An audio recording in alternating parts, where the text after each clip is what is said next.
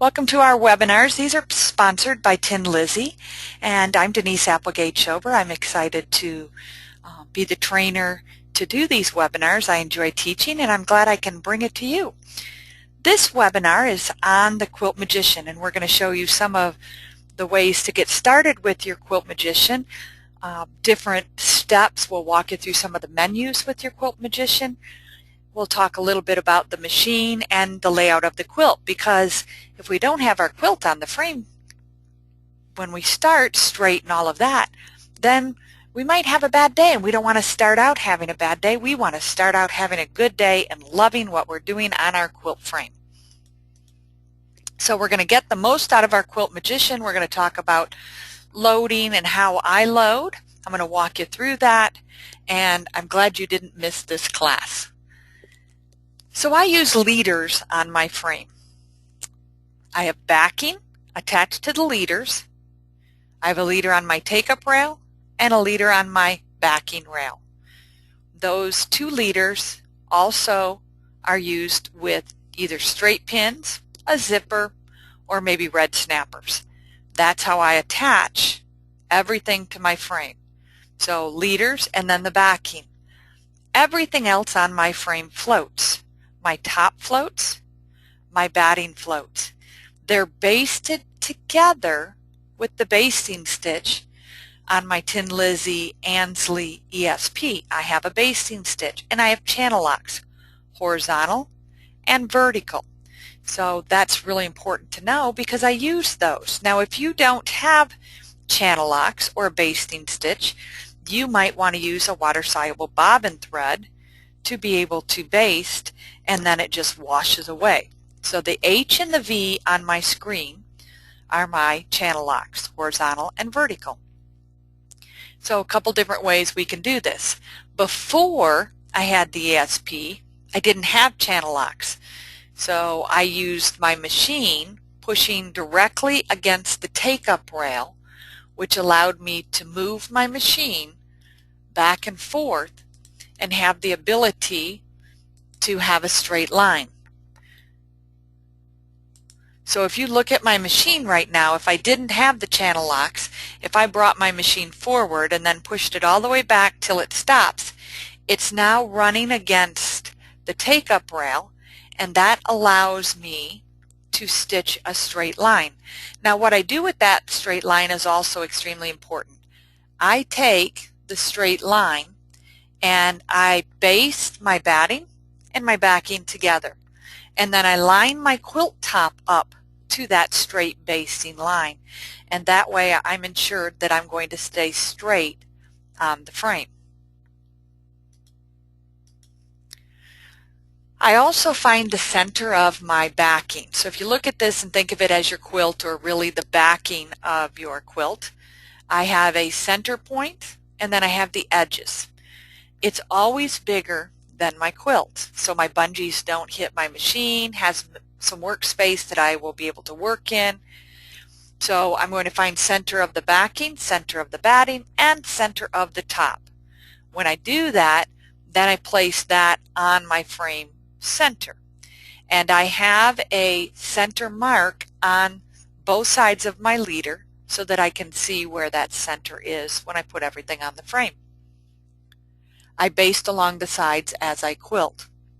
And I do use a centering tape when I quilt. So I use that centering tape to line up my center to the right, center to the left, mark everything. So center back, center the batting, and center the top. And my back is going to be a minimum of 3 inches bigger than my top. And what that means is that the bungees won't hit the machine. So just some best practices there. And I do baste along the sides as I go. So here's a layout, an image of the top on top of the batting and on top of the backing. So you don't see the backing because it's the same size as the batting, but the top is smaller. And then I've marked my center, and everything lines up beautifully. Now, It's time to quilt. We've got our backing, batting, and quilt top loaded. We've basted along those edges. You have to ask yourself these questions. How are you going to quilt? Edge to edge, border, blocks, border to border. How are you going to quilt it? Where are you going to quilt it? Are you going to quilt in the ditch? Okay, keep in mind, and you might have heard this before, I don't stitch in the ditch, I stitch in the neighborhood because I never hit the ditch. So that's the hardest thing to do, is stitching in the ditch for me. So how do you intend to quilt your quilt? Because that's going to make a difference on how we use the Quilt Magician. Where's the top of the quilt? Where's the bottom of the quilt? Is the design directional? These are important questions to ask yourself before you even go to the frame. What stitch length? What do you like? Do you like a shorter stitch length? Do you like a longer stitch length? I like a little longer stitch length, so I'll show you how to adjust that. Okay? If my thread is heavy, I like my stitch length even longer. I prefer a heavier thread in the top than I have in the bobbin. So today I have a 30 weight on top, 40 weight on top, 50 weight in the bobbin. What design have you selected? Do you have it saved to your USB stick, or is it already loaded in the Quilt Magician? And today we're going to use designs that are already loaded in the Quilt Magician. Then we have to ask ourselves, before we go to quilt it, the layout. Here's a quilt top. How am I going to quilt it? Am I going to quilt it with round designs to make the storm at sea really look like it's moving? Or angled designs to bring out the triangle or the square blocks on point that you see? Are you going to select a separate design for the border? And if you have a border, is it going to have a connecting corner or a floating corner? Because that's going to make a difference on how we set up our foot and the designs in the Quilt Magician. Then other options, you might quilt it edge to edge, or you might decide, I'm going to quilt it border to border. And all of that can change as we go. When I go to the block, you're going to see that I'm going to pick designs that normally wouldn't fit into my block, and the Quilt Magician is going to make the design fill the space or fit into the block. On the quilt that I have on the frame, it's a cheater quilt, so I'm going to quilt it border and block and maybe some free motion in my sashing. So I have a few options that I can do. Now, if you look at the layout on the screen, that quilt that you see there, it could have round designs that really emphasize this circle. But what I like is the square that I see on point. So I thought it would be really pretty to do a design like this and mirror it so that this half of this is done with the design and the lower half is done with the design, and then do something very simple in this little square. If you would like, you can print out from the Tin Lizzie website all of the image patterns. They're under tinlizzie.com, and they're under the images. You can go and print those out and have yourself a little binder that will show you all of the designs. Now, we're going to go to the frame, and I'm going to show you some of the features of the Quilt Magician and how to get started with it. One of the things to keep in mind is that I will be moving the machine in different locations, so you won't always see the screen, but I'll walk you through what I'm doing.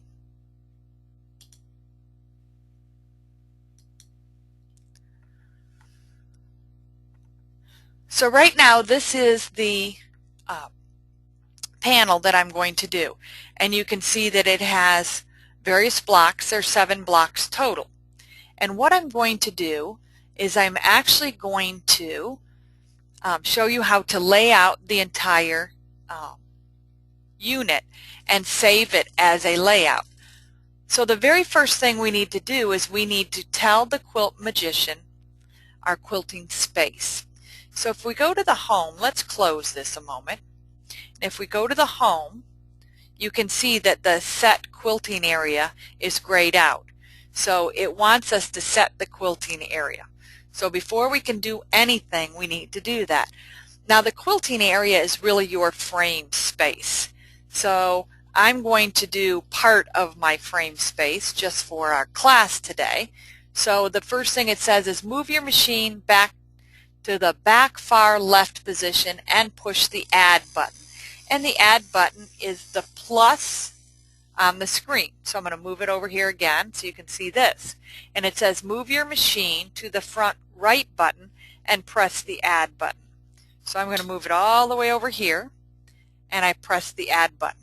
So now it says that my working space that I'm working in is 47.37 by 22.42. That's bigger than the piece that I'm doing, but not smaller. You want to go bigger, you don't want to go smaller. Now why would I do my whole frame if I'm only doing this small piece? Because maybe I'm doing a whole bunch of projects on the frame at once and I want to lay them all out. I'm going to tell the screen OK, and notice that we now have our first layout. This is the layout of the quilt, or what we're going to quilt, that space we're going to quilt in. I'm going to go to Home, and now I'm going to select Pattern Box. So we set the quilt area. Now I'm going to select Pattern Box, and I'm going to add a pattern box. And it's really important that you read the screen when you do this, because if you go in the wrong direction, all of your functions will not work. Things will happen that you're wondering, why did that happen? And it will happen if we don't do what this says. So it says move the machine to the lower left corner. So this block here, I'm going to move the machine so that I can stitch in the green, in this green area, and the block in the cream area. So I'm placing my foot inside the green with the left side of the foot to the edge of the green and the back side of the foot to the edge of the green, and then I'm pushing the add button. It says move the machine counterclockwise. If you don't move counterclockwise, you're going to have errors. Push the add button. Move to the next corner.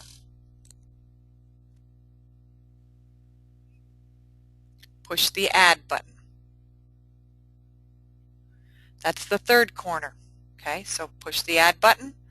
The last corner, which is our fourth corner, we're going to push the check. So that's pattern box 2 of 2, it says on my screen. That's really important to know. Pattern box 1, that was the quilting area. Pattern box 2, PB, it's pattern box 2 of 2. This is that specific block.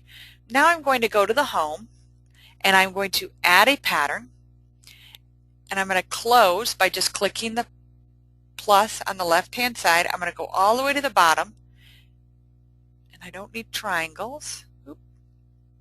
And I'm going to pick the angel feather and select. So there's the design. Now this design is a square, and my pattern box is a square, maybe a rectangle, I'm not sure. But here's what's important. Where's the bottom of the design? Okay? Because where you select the first corner, that places your baseline. So this is my baseline of the design. I put a piece of blue painter's tape there so that you could really see it. So the baseline is important. You start in the lower left-hand corner, which was here, moved in a counterclockwise position, doing all the corners. Now I have the design on the screen, and the next question we have to ask ourselves is, how do we want the design in that space? So if we go over here to Edit, and we scale it, we can then scale proportionally up or down in size, which means that it's going to keep it a square. Or we can unlock the padlock and we can move the direction that we need, or we can tell it to smart scale. Now, because we smart scale, we really want to do that from the original design. So I'm going to cancel this and cancel this and go back out. Here's our original design. Scale, smart scale. I'm going to tell it proportional no, and it's going to fit it within that space. Now, the bottom of the design is here, and we'll see this more. When you do your pattern box, it will automatically rotate the design to fit in the space the way that you selected the baseline. That was my painter's tape that I selected here. That was my baseline. So that becomes an important element. Now we're going to go to our next design. I'm going to go to the Home, Pattern Box, Add a Pattern Box. This is Pattern Box 2. So I do this kind of in a methodical order. 1, 2, 3, 4. So I can get back to where I was at. So this pattern box, I'm going to do it with my foot outside. And I'm going to start up here. Plus, plus, in a clockwise formation, plus, and then the check. Now, keep in mind that I turned this. My baseline, because I started it, was here. And I just remembered that. If that happens to you, you can go to Home, Pattern Box, Adjust Current, and start again. So now I can go 1, 2, 3, and the fourth one is going to be the check. And there's my pattern box.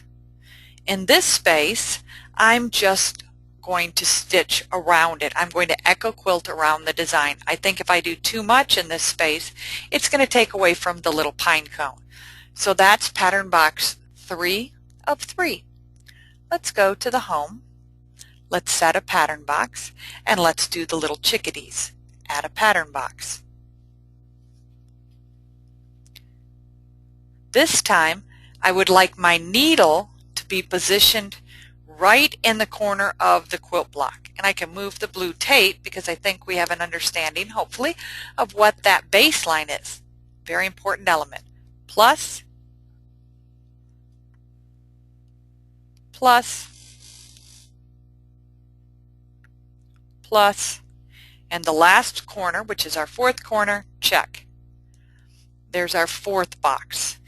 Now in our chickadee box, I would like to do the wreath. So I'm going to go to Home, Add a Pattern.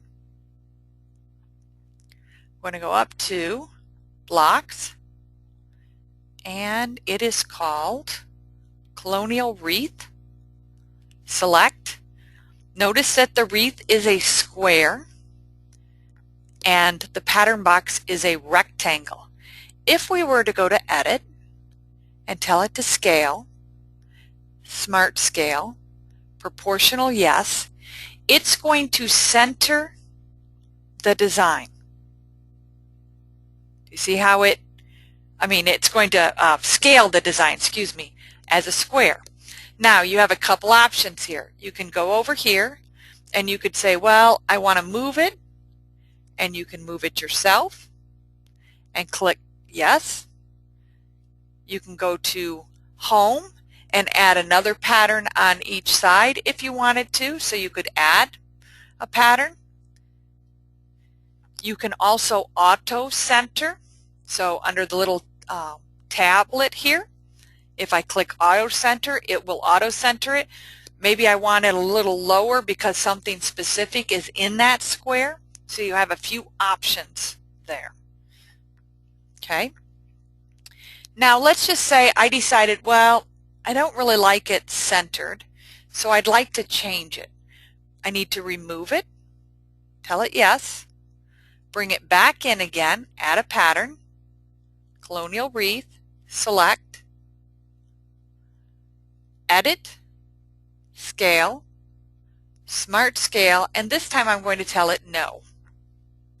Now it's turned the rectangle and the design into a rectangle. It's turned them into the same shape. Even though it's still rounded, it's elongated it to make it a rectangle. So underneath the home, let's go over these. If we wanted to view the pattern, it's really just going from one pattern to the next. You can toggle through these with your next button, or you can view the pattern by clicking on View Pattern. Think of these as layers of images on your screen. You can add a pattern. We'll talk about adding a new layout or opening a layout. File Manager would be where we save things or open things. Okay. Free motion would be if I'm going to free motion and record within this area. Maybe I'm going to record these. I would free motion and record that. And then setup. Let's go to setup because I want to make sure that everybody is updated to the latest and greatest version. So system info, depending on what you're running, my robot is at the latest and greatest, which is 14.3, and you want to make sure that yours is set to the same thing. Let's go back to our home. We've already set the quilt area, and we've already talked about the pattern box. We can also adjust or remove. So we have a remove under there. Underneath the tablet, let's go to a screen.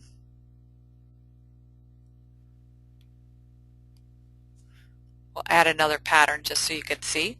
So if I'm on the tablet, this is where I would save my layout, not necessarily my design. I could save a design if I had edited it, but this is where I can save the layout. So what we're working on, I have 3 of these little wall hangings. So I would like to save the layout so that when I do all 3 of them, they're all 3 stitched out exactly the same. I can move all, center all. This is where your nesting is. And watch, there is a webinar coming up about pantographs and edge-to-edge designs where we'll do more of nesting. Create a set point or restore set point. That's also for another webinar, but that has to do with within the design. And undo. The zoom all is really to zoom to fit. So if you had something that you had moved off the screen, it will zoom the designs to fit in the screen. It's not really to zoom in very fine so you can see what you're doing. It's more to get everything on the screen so you can see what it is. Pan is when you can move the screen side to side and from different directions. Now, let's talk about this little wall hanging that I have on here, and I'm going to move the camera down so that you can see. And there's a green stitched line here. This is the line that I based, and this is the line that I basted. I'm going to move the machine back, and there's also a basting line back here. So that basting line, along with the side basting lines, were made with the channel locks. And the channel locks are really, really fun to use for that because it keeps everything straight. So as I said, I like to keep a straight line, and so to do that, what I'm doing is I'm putting my channel lock on. So I'm just going to bring this closer so you can see it. So if I did a horizontal channel lock, you'll see that the machine does not move left to right, but it will move forward to backwards. Okay.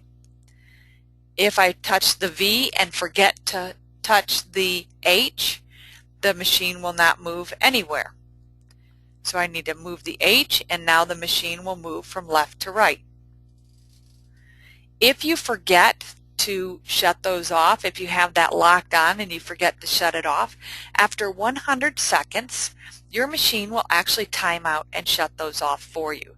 So that's a nice important element to know, that you don't have to worry about that. So if I put the horizontal lock on and I go to my machine and I touch the Lizzie or whatever my home is here, I can go back to baste, and now I can baste this as I go and it will stitch it down. Notice that there are 3 stitches per inch, so that tells you about how many stitches you're going to get. It's actually a little less than 3 stitches. Now if I go back to any of these, the only thing that's going to work are the things to the right. Okay, so if I went back to home, this is home for the machine.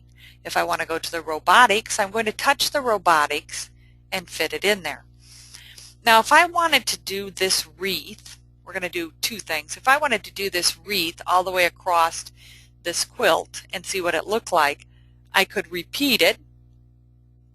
I could tell it how many across I would like and how many down I would like.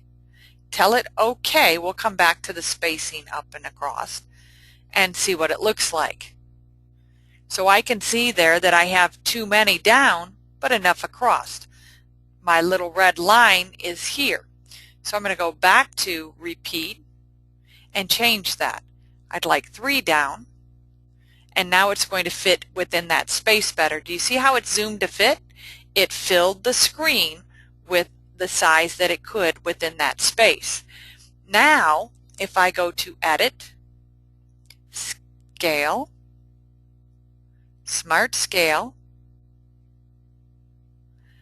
keep proportional yes or no, I'm going to say no. Because there are so many designs there, it might take a couple extra seconds for it to scale that design to fit that design within the space. But no, because we put these within the same field like this, they're all individual designs. There's a green line around each design. There's a start and a stop to each design. So they're all individual designs. That's probably not what we're looking for. So let's remove these. Went to Edit, Remove, and say yes. So now they're removed.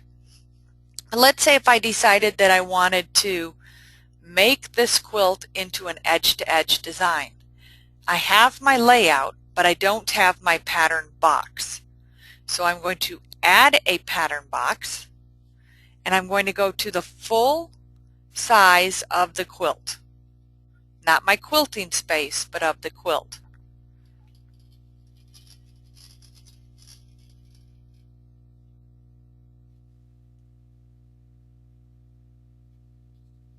In a counterclockwise movement,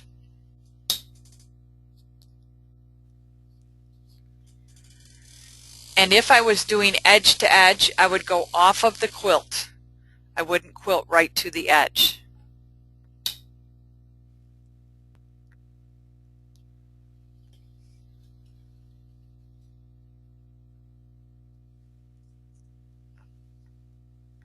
The last line I did was a check. Let's bring this forward. Now I have the size of the quilt as a pattern box.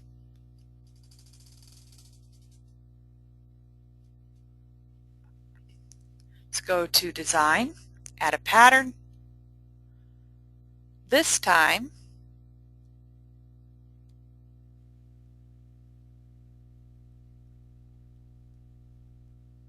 I'm going to go down to Pantos. I'm going to select the daisy. So the daisy comes in 3 daisies. Select the pattern. Notice that it turned because this is my baseline, because how I set it up, I told it that my quilt was laying on the frame this way. It has rotated that design to put it in that space. Because this piece I can quilt in one quilting, I could go up to Edit, ask it to autofill, keeping proportional. I'm going to say yes, and it's going to fill as many of those as it can within that space. So notice that the plus, the X and the O, the green O is a start, the red X is a stop. They're not connected together. I could go and merge these, but what's going to happen is you're going to get some strange things happening to here, and that's really what we don't want. So I'm going to remove. I'm going to go back to the same design, add the pattern, select the same design, select the pattern. This time I'm going to tell it to repeat, and I'm going to tell it I would like 3 across and 1 down. Okay, and 1 down. And my across spacing, I'm going to give it a positive 1 just so you see what happens. And let's space with 2, and I'm going to give this a positive 1. So what that did was it put a space between the designs and a space between the rows. So that's really not what we're looking for either. So let's go back to the home, add a pattern, select the 3 daisies, repeat, 3 across, and I'm going to take the spacing across to a -1. And let's see what happens this time. Notice now there is no plus, the X or the O for the start and the stop. This has become one design. As one row, I can go in and merge. Do you want to continue? Yes. That one design.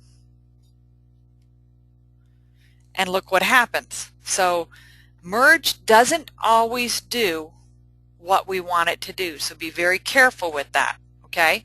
So let's remove that. Yes. I would leave it just as it was. So if you're trying the daisies, select the pattern, edit, repeat. We know that we have to go a -0.1 and 3 across, and we'll just say 10 down. Auto center. And we could scale that to fit. Hope that answers the questions that we've had about repeats. You don't always want to merge. It will stop, allow you to pull the bobbin thread up before it jumps from here to here. Okay, let's remove. Yes, and then let's go to home and let's do the pattern box. Let's adjust current, because we really don't need the pattern box of the entire quilt. We really need only the blocks. So let's go in and do the next one. So we're going to adjust the current box. So I'm going to move the camera here so you can see. On this particular block, I'm going to quilt in the green border, the black border, and the quilt block together. So I'm keeping my foot within the black border and clicking the Add button, and I'm going counterclockwise around.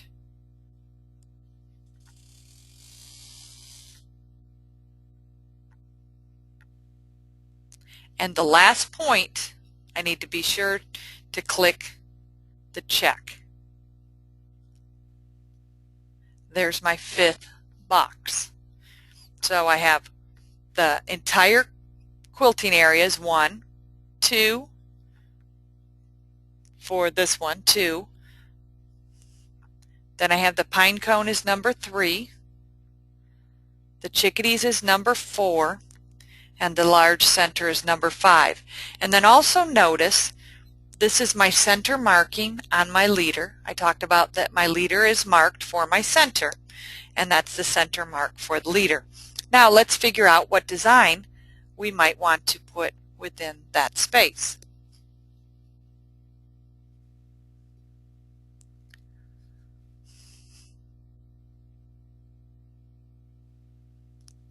Home, Add a Pattern, Birdies on a Branch, select. Notice that they rotated because of the baseline. The baseline is here. Edit, repeat. I would like 2 across and 3 down. So there's the designs. Notice there's no plus or minus. The start or stop, not plus or minus, start or stop, as you see here and here. Now I would like it to be within that square, so let's go up to the tablet tab, Auto Center. There's the design, scale, Smart Scale. This is pretty close to what it needs to be, so I think if I tell it proportional no, my birds will not be too disformed. They're going to still look like birds. It's thinking, and there's the design. So that design will now fit into that space. I would do the same thing for the last 3 quilt blocks. Now that I have everything in this space, I'm going to go to the Home, and notice we have a New Layout or Open a Layout. If I went to New Layout, it's going to remind me that I haven't saved these. I haven't saved anything. And do you really want to continue? Well, no, I don't want to continue because I need to save things. So I could save individual designs by going to Edit, Save, Bird, or whatever block number it is. Tell it OK, and it will save it. I can also go back and save the next one. So this was actually block number 3. Save. Block 3. OK. Now, I already had a block number 3, so it wants to know if I'd like to overwrite this file. We'll say yes. Okay. Then I can go up to the Tablet tab, Save Layout. It's going to allow me to name it, so I'm going to call it Holly. Since I still have snow on the ground here, I'm trying to get all of my holiday gifts made while it's still winter at my house. Tell it OK. The layout has been saved. Now the next question is, how do we get to the layout? Well, let's go. Oh, we need to tell it OK. Let's go to New Layout. Tell it OK. We'll click our area. So I'm just going to click 2 spots just so we can walk through this. Okay, so there we are. So there's our space. Now if I go to the Edit, I can only add a pattern there. If I go to the tablet, I can only do certain steps there, but if I go to the Home and go to the File Manager, this is where you'll see the layout. So let me move the machine so you can see the full screen of the Quilt Magician. So here we have the source. Internal, that's the USB. That's the SD card. Okay. USB, previews, or layouts. So this is the SD card, USB, preview the files, or layout. Well, it was a layout. So we can open, and now I have 2 in there because I saved one earlier, and here's the one I just saved. I can open it and click OK, and then I can copy it to wherever I'd like to put it. So that's how you get to places. This is the source, the destination, where do I want to save it? Internal, copy, files copied. If I wanted to delete it, then I could delete it also. So there's a lot that you can do on this screen. If I have files on the USB stick, I would click the USB stick, click Open, and here are the files that I've saved on my USB stick. So depending on what I want to see, I can open, copy it to, where do I want to copy it to? It's on the USB. I want to copy it to the internal, or maybe I want to copy it to a layout. Copy. And when it's done, it will tell me that it is finished. So you have a few choices in the file manager. Now if I go to the home, add a pattern,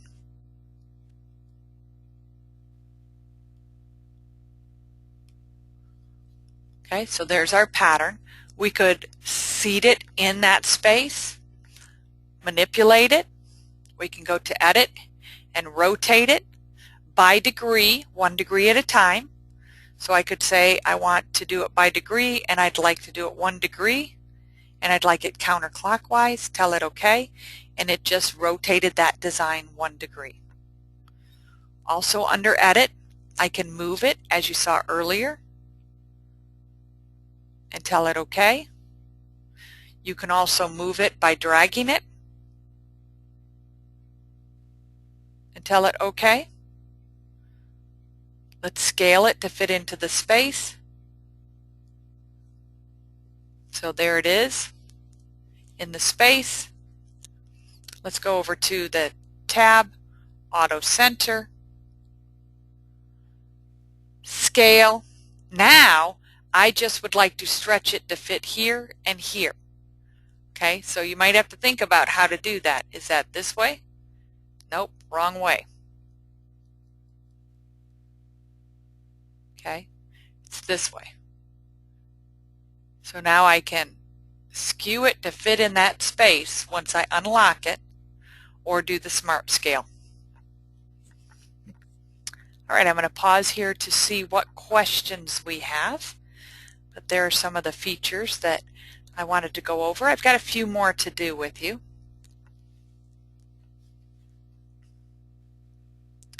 Yes, you select, the question is by Diane, you select your space. So if we select this block, the Quilt Magician will scale it to fit into the space, whatever size you need it to be.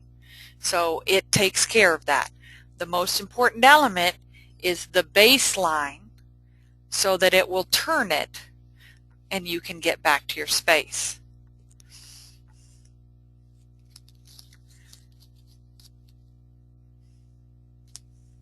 I'm going to put some tape on here, and I'm going to make a triangle design. So right here in the middle of my quilt, just so that you can see it, I'm going to do it with the painter's tape, and I'm going to make a triangle design and show you how to do the same thing we've been doing with a triangle. Because a triangle is a little different, and I do want you to get the most out of your Quilt Magician, and we all like triangles.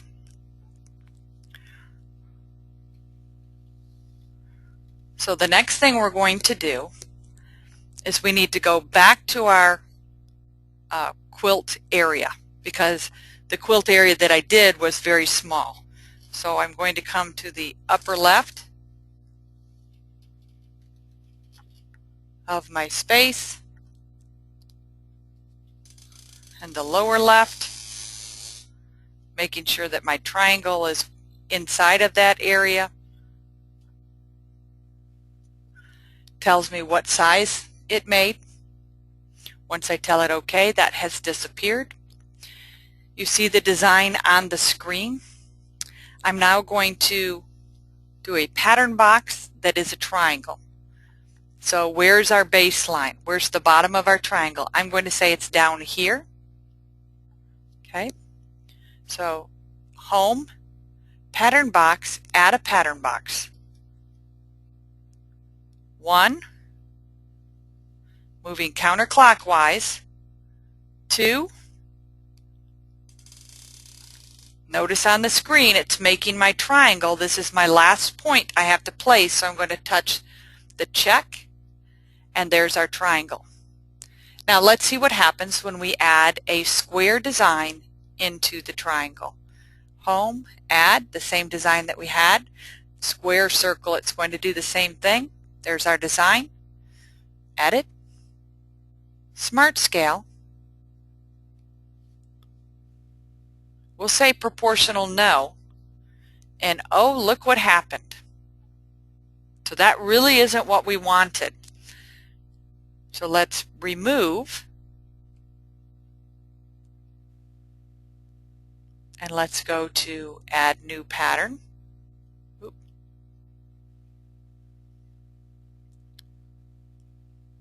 I'm going to go up to a block. I have to remember which one I used earlier.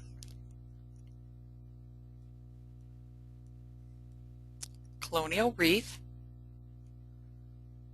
Select. Let's see what happens when we put that in there. Scale. Smart Scale. Proportional, no.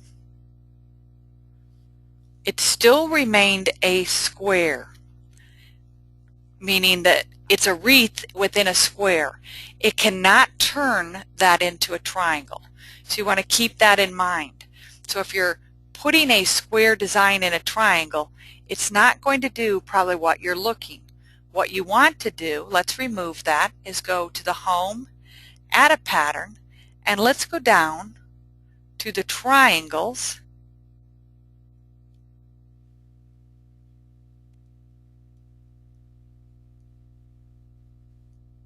There they are, the pyramid. Select. Notice that it rotated that design. Let's do that again. Edit, remove. Okay.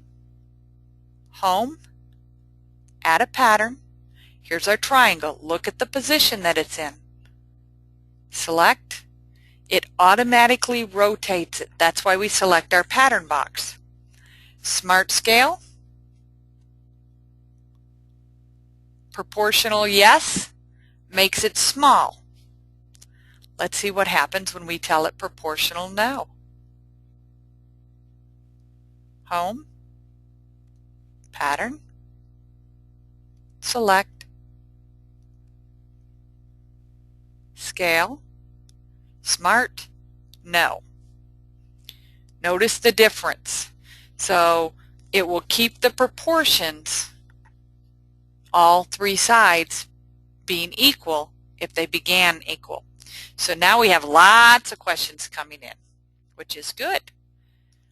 So Donna would like to know, she looked up a design and she doesn't know what size it is till she pulls it up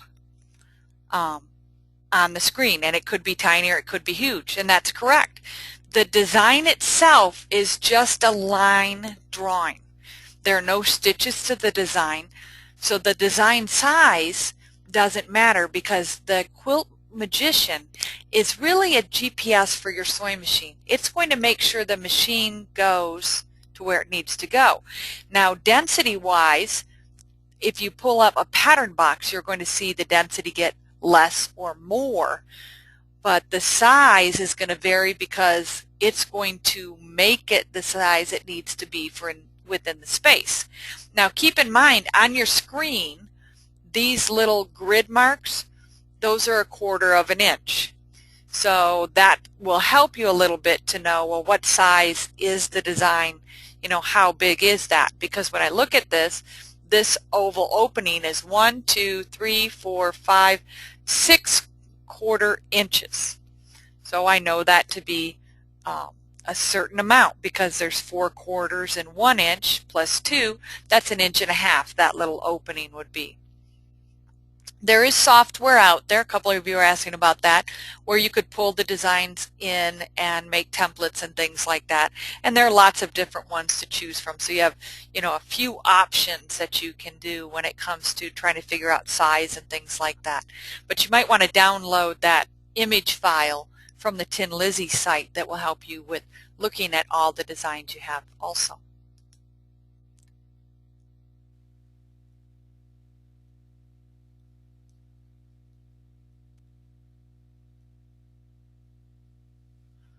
So Angela would like to know how to add another pattern to the same block.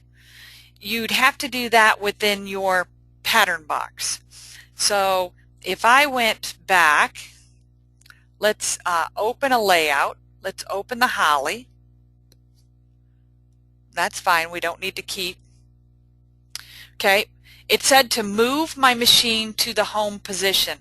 Home position is the farthest from you upper left position. So on this piece, let's go back here.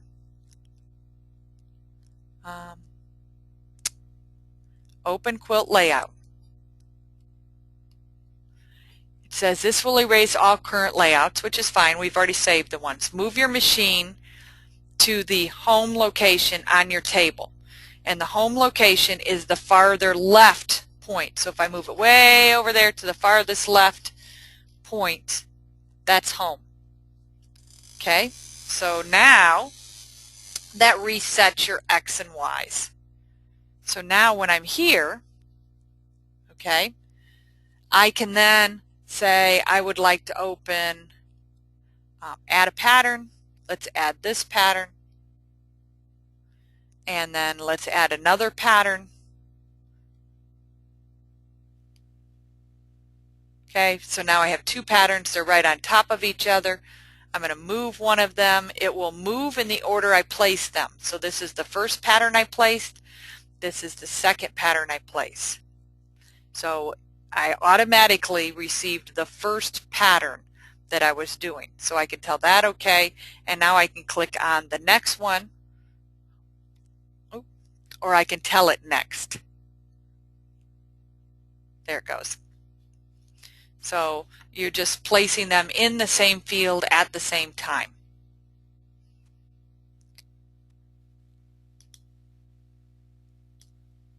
Deb would like to know about making sure you're loading the quilt and making sure that it's square. And the big thing that I do is my basting stitch. So let me move the machine back just to show you. So underneath here, right at this edge, there's a stitching line. And that stitching line is what I line my quilt up to. That's what I would line my border and everything right up to make sure that it's square on the frame. My center is lined up with center on the frame, and my backing is lined up with center on the frame, so that as I do this, I can check everything. I use a centering tape measure to measure as I go to make sure that things aren't shifting. And sometimes visually you can see it, sometimes you can't. And it's not the easiest thing because there are lots of variables. The frame needs to be level. Your take-up rail needs to be level. The machine needs to be level. All of those things come to play to making sure that we're square on the frame, and on the quilt is square also at the same time. And it takes some practice, but I know that once you do it a few times, you'll have success after success after success. And it does take some practice. I would say it took maybe 6 months for me to get a quilt on that I felt really confident that it was entirely square. And it had to do with once I placed all those basting lines down, I knew that I was in good shape.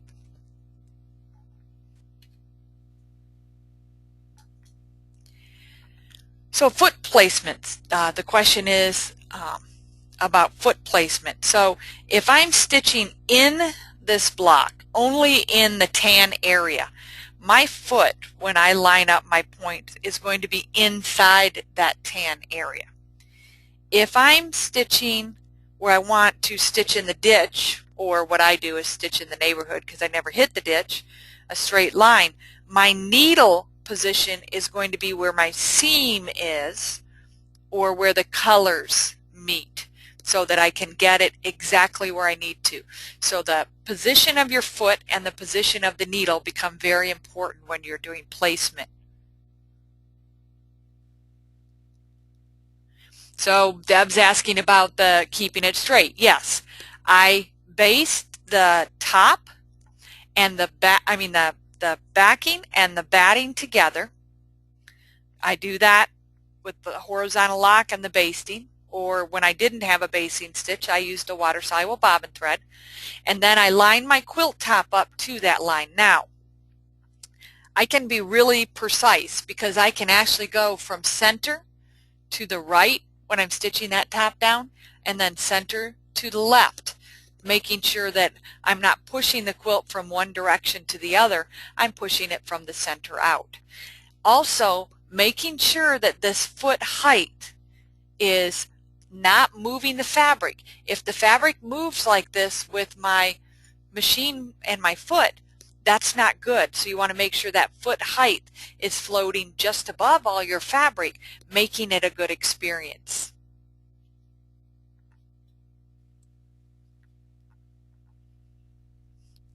And then again, your back, your batting, all of that needs to be bigger than your quilt so that the bungees don't hit the machine as you're quilting, and that makes that a great experience also. Now, a couple more things here at the end I want to show you.